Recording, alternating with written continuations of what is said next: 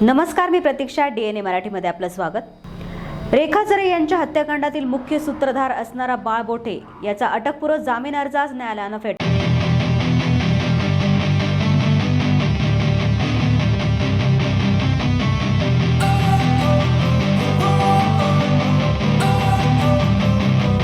Don't wanna sleep in, cause I got something to prove. I gotta take what I hate and finally make a move. I think of you and all the shit you don't do. Well, I'ma make hella sure that I don't become you.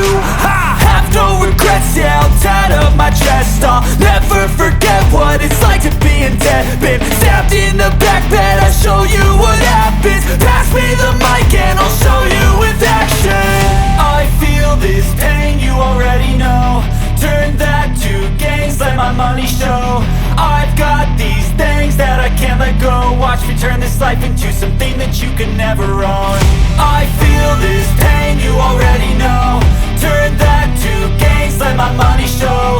I've got these things that I can't let go. Watch me turn this life into something that you could never own. So fight and die for the things you know you love.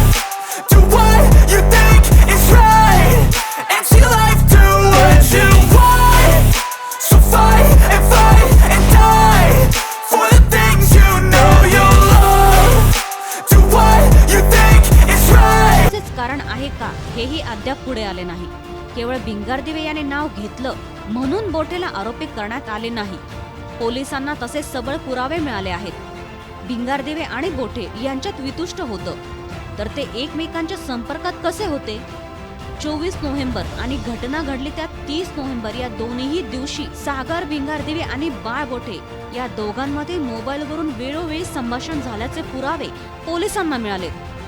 याशिवाय जरे यांच्या घराची झडती घेतल्यानंतर त्यांच्या हस्ताक्षरातील एक पत्र मिळाले असून त्यात आरोपीपासून आपल्या जीवाला धोका असल्याचं त्यांनी लिहिलंय. या सर्व पुराव्यांची पडताळणी करायची आहे. त्यासाठी आरोपीची अटक आवश्यक असल्याचं पाटील यांनी कोर्टात सांगितलं. न्यायाधीशांनी दोन्ही बाजूंचा युक्तिवाद ऐकून जरे हत्याकांडातील प्रमुख सूत्रधार आरोपी पत्रकार बाळ बोठे यांचा जामीन अर्ज अखेर नामंजूर केलाय. आमच्या बातम्या पाहण्यासाठी आणि अपडेट राहण्यासाठी आमचा चॅनल DNA मराठीला लाईक करा आणि सबस्क्राईब करा. आपण बदला, जग बदलेल. धन्यवाद.